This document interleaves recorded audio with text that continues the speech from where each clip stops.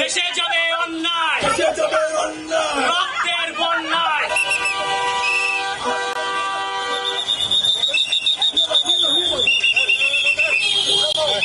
সাধারণ ছাত্র আমাদের দোষ কি? আমরা কেন গ্রেফতার করছি?